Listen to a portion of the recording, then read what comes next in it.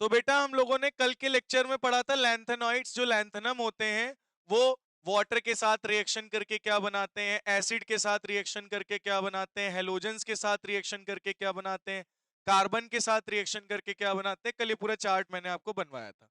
अब इसकी छोटी मोटी कुछ प्रॉपर्टीज बची हैं, इनके बारे में लिखेंगे हम लोग, ठीक है। पहला पॉइंट लिखिए इसमें, फर्स्ट पॉइंट नोट करिए बेटा।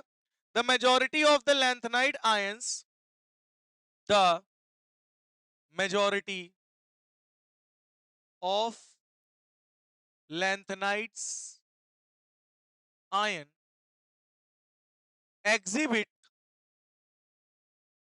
the majority of lanthanide ion exhibit paramagnetism due to paramagnetism due to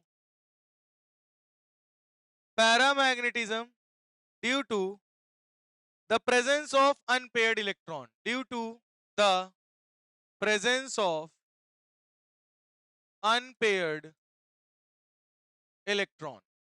तो बेटा मेजॉरिटी ऑफ लैंथेनाइड्स के जो आयंस होते हैं वो पैरामैग्नेटिज्म शो करते हैं, क्योंकि उसमें क्या प्रेजेंट होते हैं, अनपेयर्ड इलेक्ट्रॉन। और आपको ये बात पता होगी कि अनपेयर्ड इलेक्ट्रॉन जहां होते हैं वहीं पर पैरामैग्नेटिक बिहेवियर शो करता है। जहां पे अनपेयर्ड इलेक्ट्रॉन नहीं होते वहां पे पैरामैग्नेटिज्म शो नहीं होता, ठीक है। दूसरा पॉइंट लिखिए, they do not have complex magnetic properties, they do not have they do not have complex magnetic property, magnetic property, ठीक है बेटा। इनके पास कोई भी कॉम्प्लेक्स मैग्नेटिक प्रॉपर्टी नहीं होती है, ठीक है। नेक्स्ट लिखिए, the lanthanoids ions, the lanthanoids ion that do not exhibit paramagnetism, that do not exhibit paramagnetism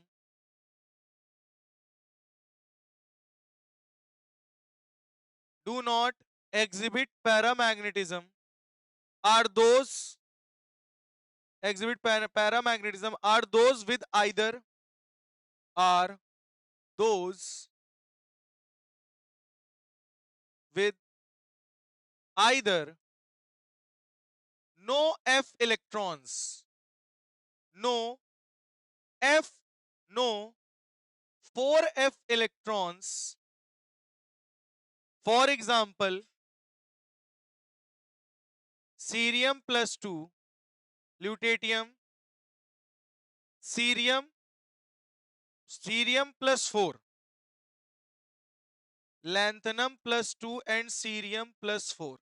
तो बेटा कुछ ऐसे भी लैंथेनॉइड आयन हैं जो कि पैरामैग्नेटिज्म शो नहीं करते हैं, क्योंकि उसमें कोई भी 4f इलेक्ट्रॉन्स नहीं होते हैं। अगर कोई भी 4f इलेक्ट्रॉन्स नहीं है तो इसका मतलब वो पैरामैग्नेटिज्म शो नहीं करेंगे। भाई पैरामैग्नेटिक बिहेवियर कैसे शो करता है, अनपेयर्ड इलेक्ट्रॉन होने चाहिए, अनपेयर्ड इलेक्ट्रॉन होंगे तो पैरामैग्नेटिज्म की प्रॉपर्टी शो होगी, अनपेयर्ड इलेक्ट्रॉन्स नहीं होंगे तो पैरामैग्नेटिज्म की प्रॉपर्टी नहीं शो होगी, सिंपल सी बात है। तो इसमें क्या है कि अगर इसमें कोई एफ इलेक्ट्रॉन्स 4f इलेक्ट्रॉन्स नहीं है, मतलब अनपेयर्ड इलेक्ट्रॉन्स नहीं है, तो पैरामैग्नेटिज्म शो नहीं करेगा। तो इसमें क्या एग्जांपल दिया, लैंथेनम प्लस 2 और सीरियम प्लस 4, ये पैरामैग्नेटिज्म शो नहीं करते हैं। तो अब इसको प्रूफ करके दिखाओ। चलिए देखिए, तो सबसे पहले हम लिख लेते हैं सीरियम प्लस 2, इसकी इलेक्ट्रॉनिक कन्फिगरेशन करते हैं। सॉरी लैंथेनम प्लस 2 है ना, लैंथेनम प्लस 2। चलिए इसकी इलेक्ट्रॉनिक कन्फिगरेशन करते हैं, 57 होता है। क्या होता है बेटा, 57। तो क्या लिखोगे, जीनॉन 5d1 और 6s2, 6s2। लैंथेनम बेटा +3 है, सॉरी +2 नहीं +3, लैंथनम +3 और सीरियम +4, ये दो आयंस हैं लैंथेनॉइड्स के जो आपके पैरामैग्नेटिज्म को शो नहीं करते हैं। तो इसको हम प्रूफ करके देखते हैं। लैंथनम +3 है, लैंथनम का एक्चुअल इलेक्ट्रॉनिक कन्फिग्रेशन क्या होता है? Xenon 5d1 6s2, 4f electrons है कोई? क्या 4f में कोई इलेक्ट्रॉन दिख रहा है? नहीं दिख रहा है। अगर इससे तुम 3 इलेक्ट्रॉन निकालने हैं तो ये इलेक्ट्रॉन निकाल दिया, क्या बचा? जिनॉन। तो बताओ क्या इसमें कोई भी अनपेयर्ड इलेक्ट्रॉन दिख रहे हैं? नहीं। अगर कोई भी अनपेयर्ड इलेक्ट्रॉन नहीं होंगे तो वहां पे पैरामैग्नेटिज्म शो नहीं होगा। बात समझ में आ गई? अगर अनपेयर्ड इलेक्ट्रॉन नहीं होंगे तो पैरामैग्नेटिज्म शो नहीं होगा। अब हम लोग बात करते हैं सीरियम की, +4। इसका इलेक्ट्रॉनिक कन्फिग्रेशन चलिए करिए आप लोग, क्या होगा बोलो? इसका होगा जिनॉन 4f1 5d1 6s2। कितने इलेक्ट्रॉन निकालने हैं? कितने इलेक्ट्रॉन निकालने हैं? 4। 2 1 1 सब निकाल दो, क्या बचा फाइनली? जिनॉन Ce+4 का। इसमें क्या कोई 4f इलेक्ट्रॉन्स हैं? नहीं। तो यही तो लिखा है नो 4f इलेक्ट्रॉन्स। किसी में अगर 4f इलेक्ट्रॉन्स नहीं है तो मतलब वो पैरामैग्नेटिज्म की प्रॉपर्टी शो नहीं करेगा। बोलो समझ में आ गया? क्या इतनी बात सभी बच्चों को क्लियर हो गई है? नोट कर लीजिए जल्दी से सारे पॉइंट। अगर ये पैरामैग्नेटिज्म शो नहीं कर रहे हैं, किसकी वजह से नहीं कर रहे हैं? क्योंकि इसमें नो अन नो अनपेयर्ड इलेक्ट्रॉन्स, इसमें कोई भी अनपेयर्ड इलेक्ट्रॉन्स नहीं है। दूसरा, no 4f no 4f electrons, इसमें कोई भी 4f इलेक्ट्रॉन्स भी नहीं है। इसका मतलब इनका नेचर कैसा होगा? Diamagnetism. कैसा होगा? Diamagnetism. बात समझ में आ गई? ये पैरामैग्नेटिज्म शो नहीं करेंगे। चलिए इसको नोट कर लीजिए जल्दी से। नोट हो गया बेटा? चलिए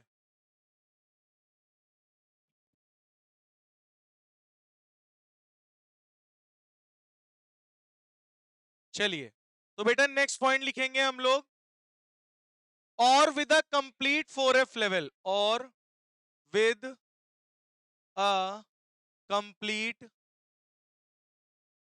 4f लेवल। एक बात बेटा और सुन लो, अगर 4f है मान लो और उसमें इलेक्ट्रॉन्स भी हैं, अब मान लो 4f में कंप्लीटली फुल इलेक्ट्रॉन्स भरे हैं, तब भी तो वो पैरामैग्नेटिज्म शो नहीं करेगा, क्योंकि पैरामैग्नेटिज्म तभी शो करता है जब अनपेयर्ड इलेक्ट्रॉन्स हो। अब मान लो 4f में 14 इलेक्ट्रॉन भरे, सारे पेयर्ड है, तब भी तो पैरामैग्नेटिज्म शो नहीं करेगा। समझ में आई बात? तो जैसे कि ये ट्रिबियम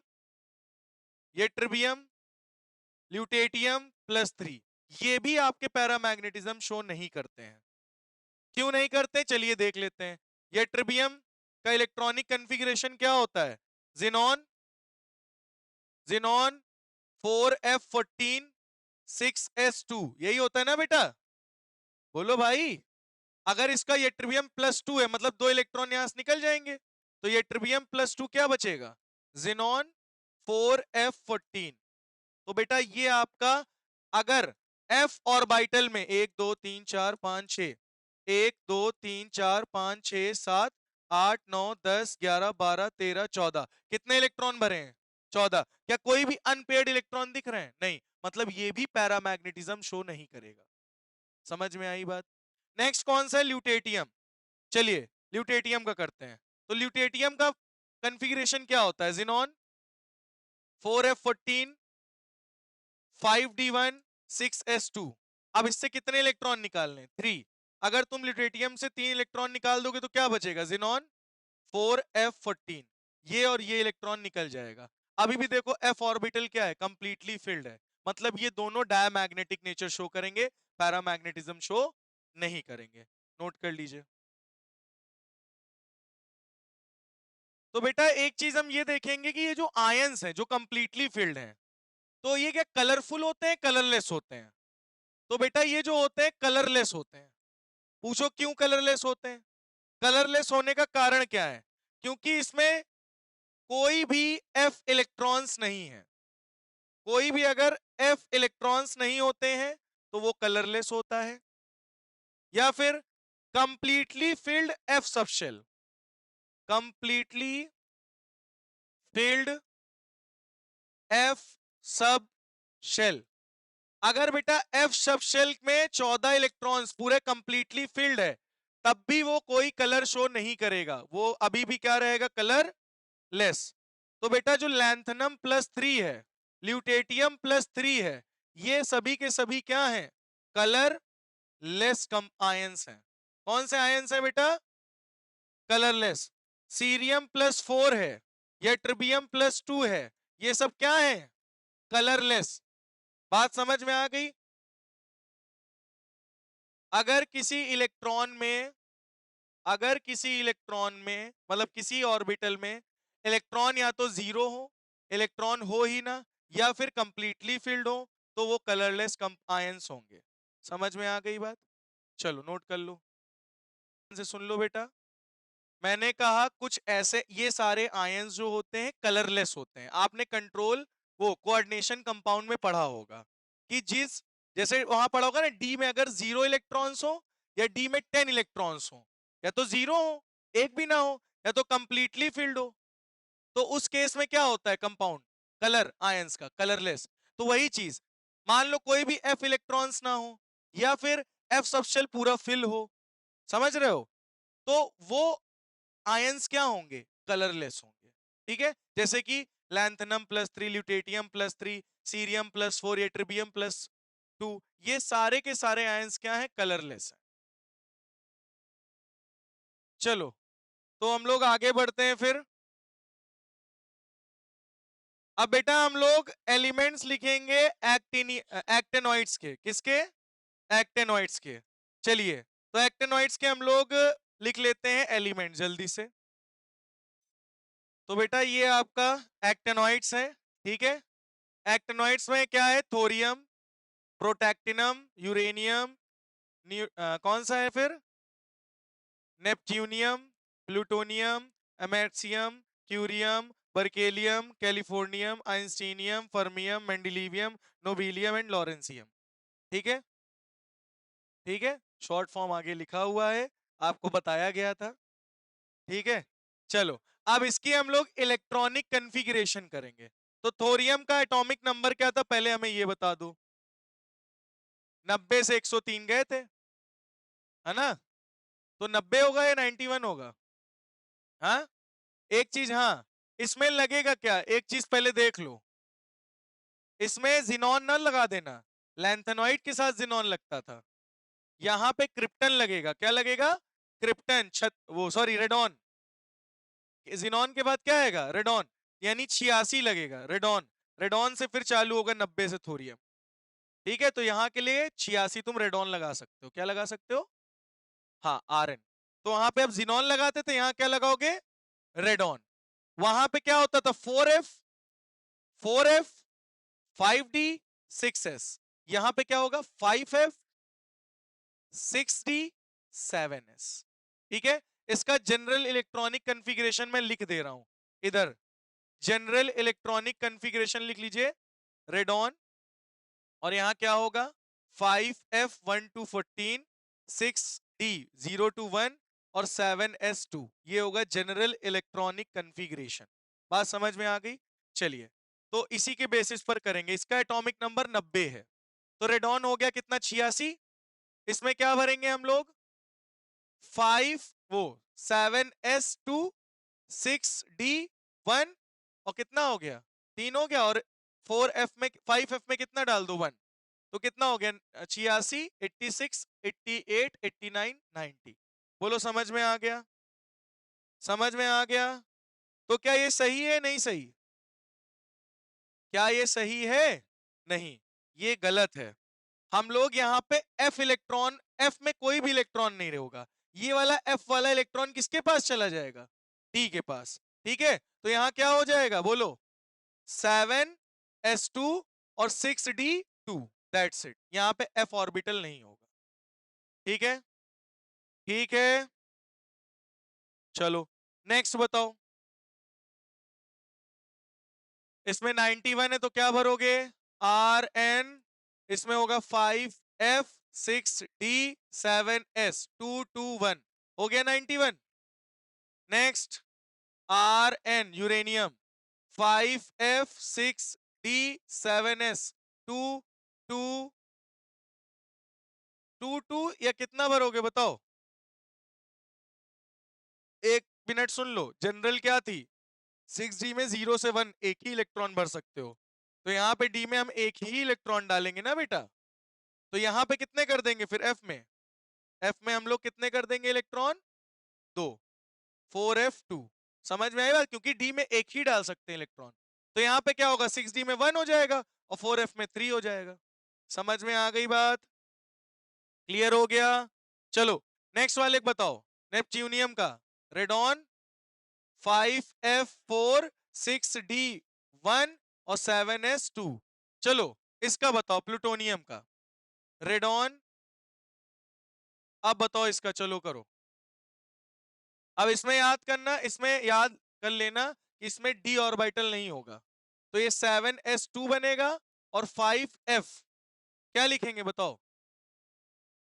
ये आपका 90, 91, 92, 93, 94, तो 86 और 88 यानी 4f 5f6 94। बोलो समझ में आ गया है नहीं? नेक्स्ट इसका क्या होगा? अमेरिशियम का रेडॉन 5F7 हो जाएगा, 7s2 हो जाएगा। नेक्स्ट क्यूरियम का, क्यूरियम में आपका D आ जाएगा, फिर से इसमें D रहेगा। पूछो क्यों? क्योंकि रेडॉन 5F8 लिखोगे ना बेटा, ध्यान सुन लो, 5F6D7S, तो बेटा जब 5F8 लिखोगे तो ये क्या चाहेगा? हाफ फील्ड स्टेबिलिटी लाना चाहेगा, तो अपना एक इलेक्ट्रॉन 6D को दे देगा। अपना एक इलेक्ट्रॉन किसको दे देगा? 6D को, तो देखो हाफ फील्ड स्टेबिलिटी इसकी मेंटेन रहेगी। समझ में आई बात? इसलिए दे देता है। फिर से यहां से D गायब हो जाएगा। रेडॉन 5F और 7s2, तो यहां 5F में कितने जाएंगे? 9 जाएंगे। वेरी गुड, कितने जाएंगे? 9। फिर आओ रेडॉन 5F10 7s2, फिर रेडॉन 5F11 7s2, फिर रेडॉन 5F12 7s2। बोलो समझ में आई बात? फिर रेडॉन 5F13 7s2, फिर रेडॉन 5F14 7s2। अब बेटा इसमें 15 तो भर नहीं सकते लॉरेंसियम में, तो क्या हो जाएगा? Rn रेडॉन में 5F14 हो जाएगा और 6D में एक चला जाएगा और 7s में 2 चला जाएगा, क्योंकि इसमें 14 ही तो भर सकते हैं ना हम लोग, 15 कर नहीं सकते। 14 D में एक चला जाएगा। तो आप जरा देख लो D में कौन कौन से D में जा रहे हैं। D में आपका जा रहा है ये थोरियम, तो याद रख लेना भैया, इसमें F ही नहीं रहता, ठीक है। बाकी इसमें D में जा रहा है, इसमें जा रहा है, इसमें जा रहा है, बाकी इसमें जा रहा और लास्ट वाले में, दैट्स इट। तो बेटा ये है इलेक्ट्रॉनिक कॉन्फ़िगरेशन, इसको आप लोग नोट कर लीजिए। किसकी है? एक्टिनॉइड्स की। समझ में आ गई? चलिए, तो अब बेटा इलेक्ट्रॉनिक कॉन्फ़िगरेशन बता दी गई है, अब हम लोग चलते हैं इसकी कुछ प्रॉपर्टीज के बारे में जानते हैं। लिखिए, the second series of elements, the second series of element called actinides. क्या बोलते हैं बेटा इनको? एक्टिनाइड्स कहते हैं, ठीक है। These are element with atomic number. These are elements with atomic number. These are elements with atomic number starting from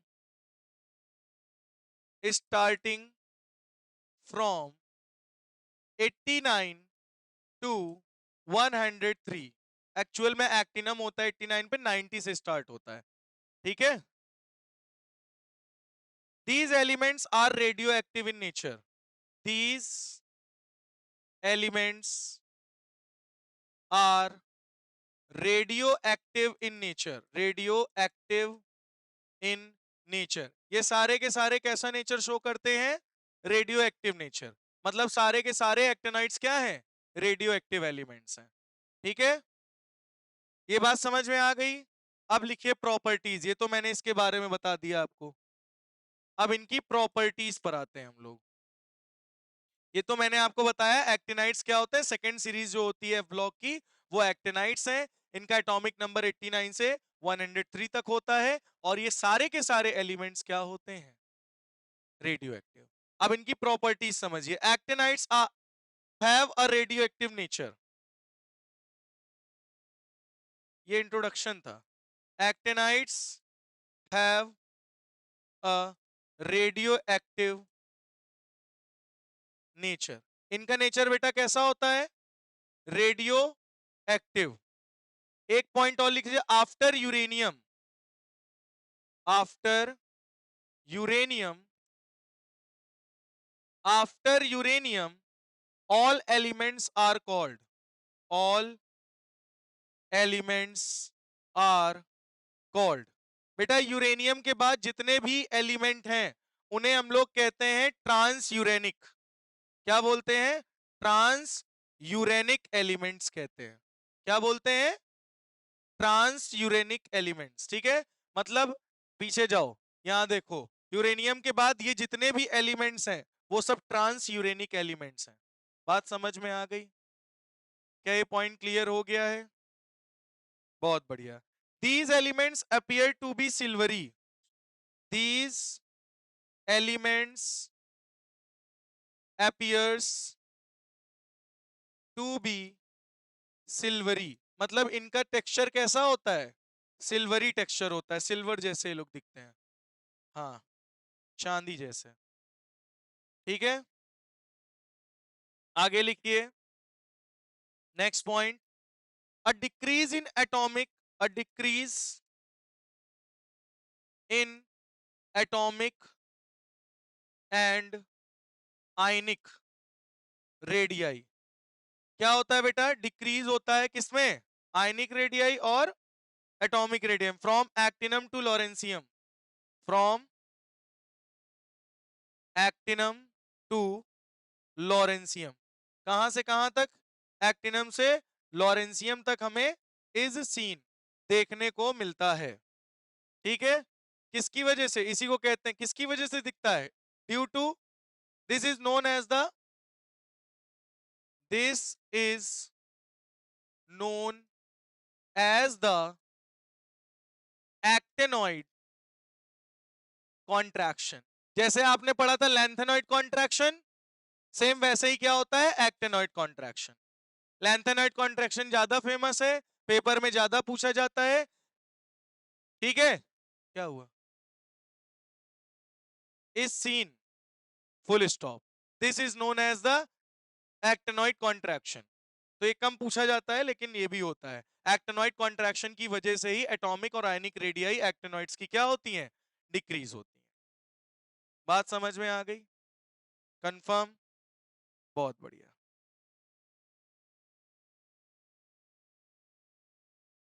next point लिखिए बेटा. बस लास्ट दो प्रॉपर्टी बची, चैप्टर खत्म. दो प्रॉपर्टी बची, करा दे चैप्टर खत्म आज. हाँ, दो पॉइंट हैं. तो ये सारी प्रॉपर्टी समझ में आ गई हैं? क्लियर हो गया कि सेकेंड सीरीज को क्या कहते हैं? एक्टेनॉइड्स कहते हैं. 89 से 103 रेडियो एक्टिव नेचर होते हैं. यूरेनियम के बाद जो पाए जाते हैं उन्हें ट्रांस यूरेनिक कहते हैं. ये एलिमेंट सिल्वरी जैसे दिखते हैं और इनका भी atomic radius ionic radius decrease होता है due to actinoid contraction. Next बेटा प्रॉपर्टी लिखिए. दीज एलिमेंट्स, प्रॉपर्टी नंबर 4 है ना. देखिए, these elements usually exhibit, these elements usually exhibit, these elements usually exhibit an oxidation state of +3 along with +4 +5 +6 and +7। ठीक है, मतलब यूजुअली इनका मोस्ट कॉमन ऑक्सीडेशन स्टेट क्या है, +3, लेकिन ये +4 में भी पाए जाते हैं, +5 में, +6 में, +7 में, हर तरह के ऑक्सीडेशन स्टेट में एक्टेनॉइड्स के एलिमेंट्स पाए जाते हैं। ठीक है, लिख लिया, लिख लिया। अच्छा, क्यों पाए जाते हैं, क्यों पाए जाते हैं? हुँ?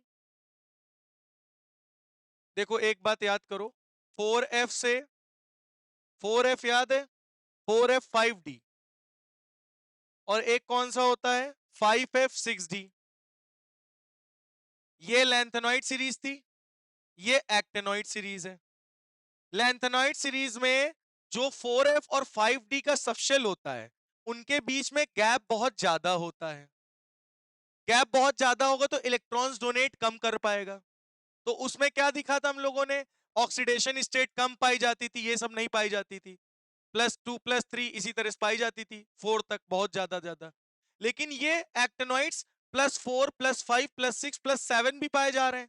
तो 5F और 6D का जो गैप होता है, मतलब इनके बीच का जो गैप होता है वो बहुत कम होता है, जिससे इलेक्ट्रॉन क्या कर सकते हैं, ट्रांसफर हो सकते हैं, तो डोनेट कर सकते हैं ज्यादा से ज्यादा इलेक्ट्रॉन को, क्योंकि 5F और 6D के सबशेल के बीच में गैप कम होता है, तो इलेक्ट्रॉन जम करके आराम से जा सकते हैं और लूज कर सकते हैं। इसलिए इसमें variable of oxidation state show होता है।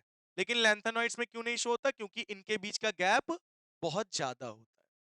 इस इन 4F और 5D, ये देखो 5D, ये देखो 4F, इनके बीच का गैप बहुत ज्यादा है। ये 4F, ये 5D, इनके बीच का गैप क्या है, वो सॉरी, ये 5F और ये 6D, इनके बीच का गैप देखो क्या है, कम है। तो इसमें इसीलिए ज्यादा ऑक्सीडेशन स्टेट शो होती है, क्योंकि इलेक्ट्रॉन्स आसानी से जम करके फांद सकते हैं और डोनेट कर सकते हैं। बात समझ में आई या नहीं आई, क्लियर हो गया? एक लास्ट प्रॉपर्टीज की नोट करेंगे हम लोग, ये नोट हो गया? देखिए, these metals are highly reactive, these metals are highly reactive. ये मेटल्स बेटा बहुत ज्यादा रिएक्टिव होते हैं। क्या होते हैं बेटा? These metals are highly reactive. The reactivity increases when the reactivity increases when the reactivity increases when they are finally divided, they are finally divided। इनको बहुत ही फाइनली डिवाइड किया गया है, इसलिए इनकी रिएक्टिविटी क्या होती है, डिवाइड, वो इंक्रीज होती है। Their magnetic property, their magnetic property, their magnetic property cannot be explained easily, cannot be explained easily। ठीक है, next point, they form oxocation, they form oxocation. बेटा याद करो, मैंने बताया था कि लैंथेनॉइड ऑक्सोकैटायन नहीं बनाते हैं, एक्टिनॉइड्स ऑक्सोकैटायन बनाते हैं। इनकी मैग्नेटिक प्रॉपर्टी हम एक्सप्लेन नहीं कर सकते इजीली, ठीक है, और एक्टिनॉइड्स की रिएक्टिविटी बढ़ती है क्योंकि वो फाइनली डिवाइडेड होते हैं। तो कौन कौन से ऑक्सोकैटायन होते हैं आपके, नोट कर लीजिएगा, यूरेनियम ऑक्साइड +2 एंड दूसरा है बेटा प्लूटोनियम और +2। ये आपके दो ऑक्सोकैटायन हैं जो कि क्या बनते हैं, एक्टेनॉइड्स एलिमेंट्स के द्वारा फॉर्म होते हैं। ये दो आपके ऑक्सोकैटायन हैं जो एक्टेनॉइड्स फॉर्म करते हैं। ठीक है, तो आपका चैप्टर यहां पे होता है फिनिश। ठीक है, आगे हम लोग कल मिलेंगे।